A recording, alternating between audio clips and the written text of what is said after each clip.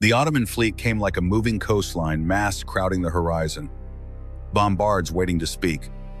Janissaries carried toward a prize that seemed inevitable. Rhodes was an island-sized obstacle against an empire's arithmetic, defended by the Knights Hospitaller and the people behind their walls few, disciplined and grimly prepared. Then the stone began to fail. Day after day, the walls shook, dust and splinters spilling into the streets, until a breach opened like a wound and the assault surged in. But the breach did not become a doorway. Accounts describe a sudden counterattack, defenders locking the gap into a killing ground, and the Grand Master himself pushing forward into the crush of battle. To understand why Rhodes held when it should have fallen, you have to start with why the island mattered at all. In 1453, Constantinople fell and the map of the sea began to redraw itself in iron. The Ottoman state was no longer only a land power pushing frontiers. It was a rising maritime force learning how to command straits, islands, and the merchant lanes that stitched the Aegean to the wider Mediterranean. Every harbor became a hinge, every narrow channel a throat. An empire could either guard or choke. Rhodes sat in that corridor like a fortified lock on the door. From its walls and anchorages, the Knights Hospitaller could threaten shipping, raid, and disrupt movement with the kind of sharp, localized violence that embarrassed bigger powers.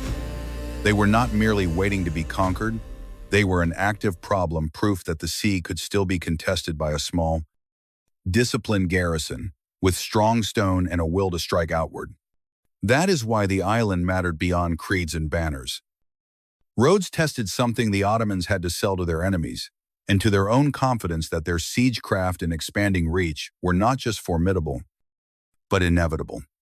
Leave the thorn untouched, and it keeps drawing blood, interrupting routes, daring the empire to prove its strength, and signaling that the new order after Constantinople still had gaps you could sail through.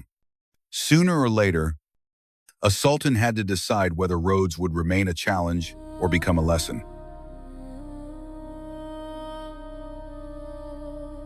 Mehmed the Conqueror did not need Rhodes to exist. He needed Rhodes to stop resisting the shape of his world. The logic of empire points to the same conclusion again and again: a fortified island that can strike shipping, shelter raiders, and challenge control of the Aegean is not a nuisance. It is a public contradiction. To leave it standing is to admit that Ottoman reach has edges, that siege power has limits, and that the sea can still be argued over by a smaller will. So the decision hardens into a campaign. Contemporary accounts describe a formidable expedition, warships gathered in strength, heavy guns prepared, and a landing force large enough to make the island feel suddenly small. Exact totals vary by source, but the intent is unmistakable. This is not a raid for plunder. It is a demonstration meant to end a problem and announce a new certainty. Command is entrusted to Mehmed Pasha, his name appearing in different forms across accounts. But his assignment clear in outcome. He is sent to collect Rhodes to take the fortress, silence the maritime thorn, and deliver a victory that would echo beyond the island into every port that still doubted the empire's momentum. If he succeeds, the sea lanes tighten like a fist, and the legend of Ottoman inevitability grows. But on the other side of the water, Rhodes is not waiting as a helpless prize. It is already organized to make that inevitability bleed.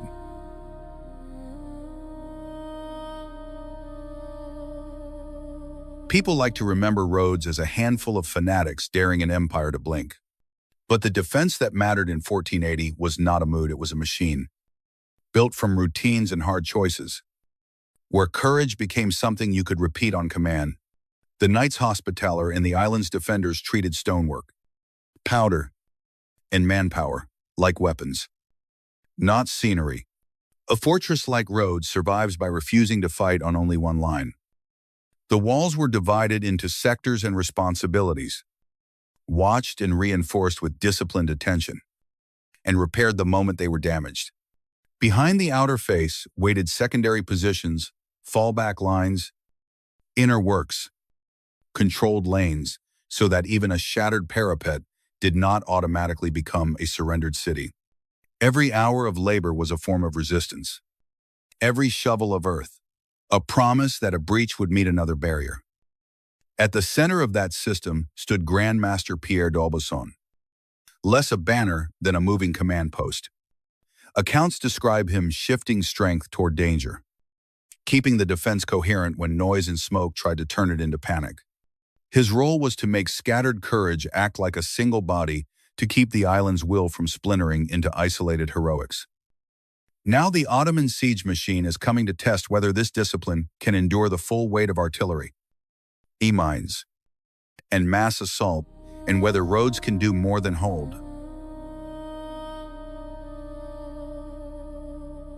The Ottoman fleet did not arrive as a rumor. It arrived as a horizon line that moved. Sails and hulls crowded the sea until Rhodes felt smaller simply by looking, and the water around the island began to behave like a wall of its own. What the defenders saw was not chaos but intent, ships aligning, boats lowering, the first geometry of encirclement drawn with oars and anchors. Landings began at and near Trianda, putting bodies and materiel onto the shore with the calm efficiency of a campaign that expected to win by procedure. From there, the logic was immediate and brutal. Tighten the ring. Choose the hinge. Strike where the fortress breathes. Rhodes could endure pressure on its walls, but if the attackers could dominate the harbor, they could press closer with ships, feed the siege more safely, and turn the city's lifeline into a choke chain. That is why the focus snaps toward the harbor defenses, above all the fort of St. Nicholas, the hard point that guards the approach like a clenched fist. Accounts describe heavy bombardment aimed to batter it down, and assaults that tried to overwhelm it from sea and shore. Inside the defenses, the response is just as deliberate. Reinforcements rushed where the impact is greatest. Repairs begun as soon as stone breaks. The crews working while the air still trembles from the last shot. St. Nicholas becomes the first proving ground, because if it falls, the harbor becomes a weapon in Ottoman hands. This is where the technology edge is supposed to decide the story. Artillery is meant to make walls obsolete, and seaborne assault is meant to turn fortresses into traps. But Rhodes is built to deny easy angles and easy panic. The garrison is trained to absorb shock and keep functioning, to treat damage as a temporary condition, not a verdict. Cannons can break stone, but they cannot automatically break a system that is already rehearsed in how to respond.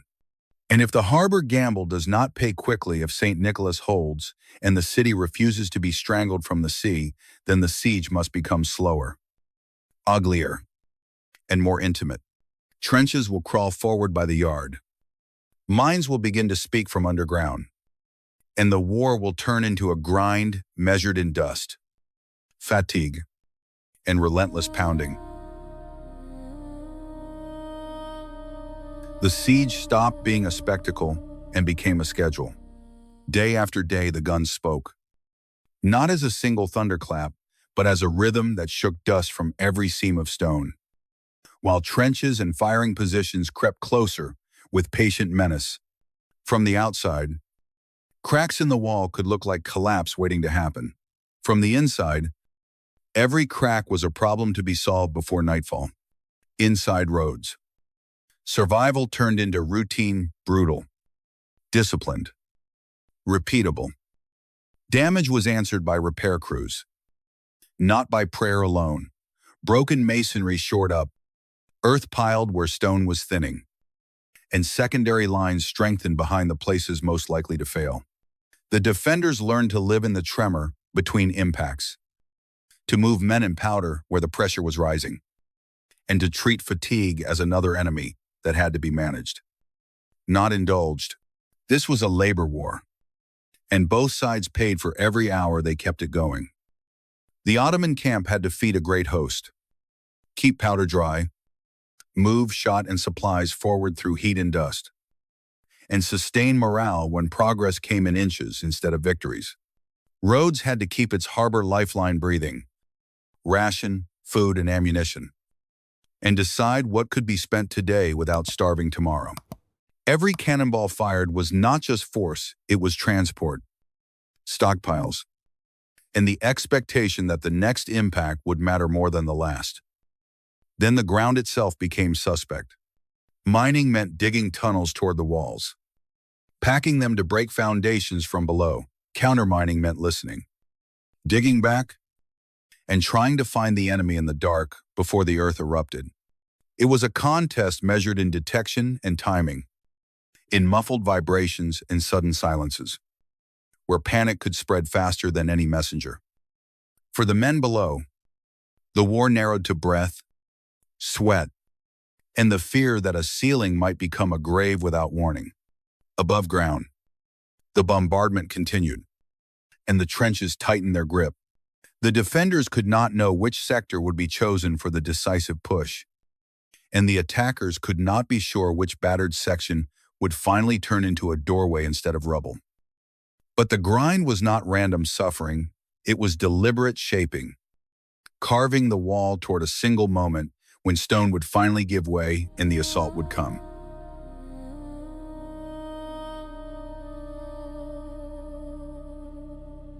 By late July, the bombardment no longer felt like an attempt. It felt like a verdict being read out loud. The guns had worried the same stretches of stone until the wall looked less like a boundary and more like a bruise. A place where every impact widened the weakness. Everyone on Rhodes could sense the shape of what was coming. Because a siege always aims for the same moment, the instant a wall stops being protection and becomes an opening. When the breach finally yawned wide enough, the war changed its language. The assault poured toward the broken sector, funneling into the gap where rubble made footing uncertain and space narrowed into a killing corridor. The defenders did not vanish. They folded back into prepared choke points and secondary lines, turning the interior into a second fortress stitched behind the first. The city itself became the battlefield, measured in corners, ladders, lanes, and the brutal logic of who could move reinforcements faster. Fear was part of the assault as surely as steel and shot. Some accounts describe intimidation and threats meant to break will at the decisive hour, the suggestion that mercy would not follow surrender. Whether every detail of that psychological warfare can be pinned down, the effect is clear. The breach was designed to make defenders believe the end had arrived, to turn exhaustion into collapse. Noise, smoke, and confusion did the rest. Because even disciplined systems can snap when they cannot see. But the breach did not become a doorway, it became a trap. Reinforcements surged to the danger point. Crossfires were held and controlled, and counterattacks struck with the kind of timing that only preparation makes possible. The attackers were met not by a single desperate stand, but by coordinated pressure that pushed them back through the same gap they had fought to enter. In that reversal, the Ottoman momentum so carefully built by weeks of labor began to bleed away in minutes. Accounts describe Grand Master Pierre at the front in this crisis, fighting amid the crush and being badly wounded. Tradition often repeats the detail of multiple wounds, sometimes summarized as 5. The image endures because it is cinematic, but it is not the whole mechanism of survival. Rhodes held because engineering and discipline turned courage into leverage, because secondary lines, controlled lanes, and rapid reinforcement made heroism effective. And once the breach failed, the unthinkable became possible. An empire could decide to stop paying for a city that refused to break.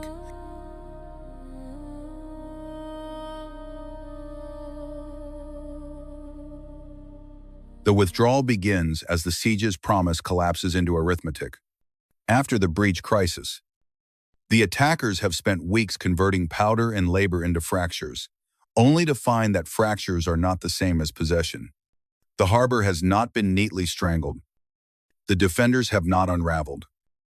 And each assault that fails makes the next one cost more for less return. What looks from afar like a sudden retreat reads, up close, like a campaign that has stopped producing results. The practical constraints tightened like a noose around the besiegers instead of the city. A great force must be fed, paid in discipline, and kept confident while time runs out and the island refuses to yield a decisive foothold. If bombardment cannot be turned into permanent control, then every new shot becomes a question how much powder is worth. One more yard of rubble. Sources differ on totals and losses, but they agree on the outcome. By mid-August, the Ottoman force disengages, leaving Rhodes unconquered and the empire's momentum, for once, checked. Inside the walls, there is no triumphal ending, only continuation.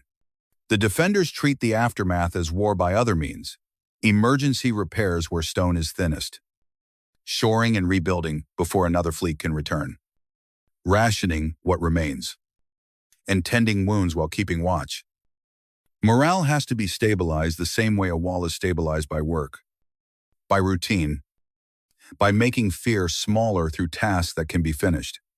Even relief is measured, because a fortress that celebrates too early becomes a fortress that dies later. And yet the shockwave travels far.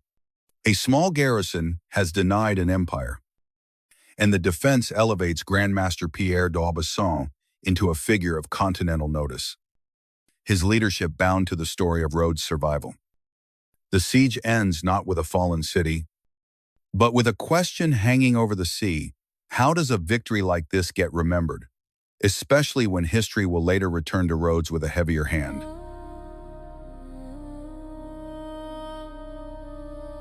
Rhodes' victory in 1480 mattered beyond its walls because it broke the spell of inevitability. It proved that an expanding empire could be delayed on the sea as well as on land, that a fortress run as a system could deny a campaign even when the attacker brought ships, guns, and elite troops in strength. In a corridor where islands function like locks on maritime routes, that refusal had weight it bought time. It preserved a disruptive outpost, and it sent a message that siege power did not guarantee possession. And yet this triumph lives in the shadow of what comes later. Memory often clings to endings that feel permanent. And Rhodes in 1522 ends not with repulse, but with departure, evacuation, exile, and the closing of an era for the knights on the island. That later outcome reshapes the story people tell, pulling attention toward the fall rather than the earlier hold. Even though the hold was the moment the empire was forced to admit limits, it is not a rule carved in stone, but it is a common gravity losses tend to become landmarks. The real legacy of 1480 is not a single breach or a single leader's wounds, it is the method. Resilience here is engineered into schedules and stockpiles, into ammunition, discipline, and repair doctrine, into layered defenses that assume walls will crack and plan for what happens after. It is logistics made moral without preaching the decision to keep working when fear is loud, the discipline to reinforce the right place at the right time, and the leadership that treats panic as an enemy formation that must be contained. So when people say the Sultan met his match, the match was not a lone champion stepping into legend. It was a fortress mentality that refused to die at the first break in the stone, a city prepared to fight on the second line, and the third, and to counterpunch into the breach until the invaders' momentum ran out of meaning. In 1480, Rhodes did not win by denying the breach. It won by denying what the breach was supposed to mean,